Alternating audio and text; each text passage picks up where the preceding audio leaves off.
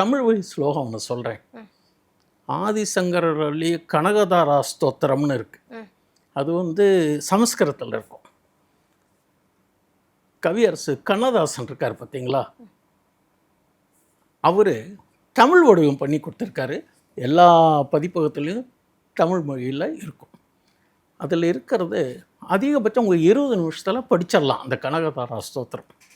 அப்படி படிக்கிற போது எல்லாத்தையும் எனக்கு படிக்கக்கூட நேரம் இல்லைப்பா, நான் எளிமையாக சொல்லணுன்னால அதுக்கும் வழி சொல்லியிருக்காரு கண்ணதாசன். ஒரு குறிப்பிட்ட இடம் கடைசிக்கு ஒரு 4 ஸ்லோகம் முன்னாடி பார்த்தீங்கன்னாக்கா, பூவினில் உரையும் பூவே பொன்னிடை விளையும் பொன்னி அப்படின்னு ஒரு ஆரம்பிக்க ஸ்லோகம் சொல்லிட்டீங்கன்னா அது ஒரு சும்மா 2 நிமிஷத்தில் சொல்லலாம்.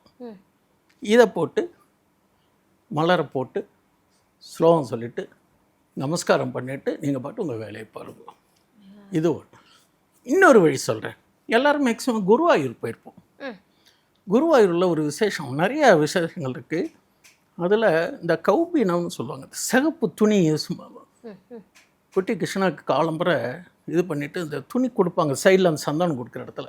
அதுக்கு ஏதோ தட்சணை இருக்கும்னு நினைக்கிறேன். எனக்கு ஃப்ரீயாக கொடுத்தாங்க. அந்த இவ்வளோ பெருசாக சின்னதாக ஒரு சிவப்பு கலரில் கொடுப்பாங்க சந்தனத்தோடு.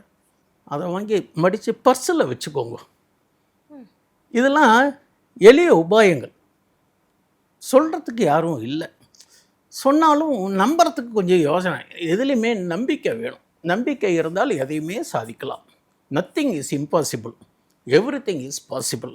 இறைவனால் படைக்கப்பட்ட இந்த உடம்பில் ஒவ்வொரு இடத்துலையும் இறைவனுடைய சிருஷ்டி எப்படின்னு அதை நம்ம நினச்சிட்டாலே நமக்கு இறைவனுடைய மேலே பக்தி வந்துடும். எப்படி நான் ஒரு டிசிப்ளினுக்கு முன்னாடி உதாரணம் சொன்னேன், நமக்கு மனசில் ஃபஸ்ட்டு டிசிப்ளின் வேணும்.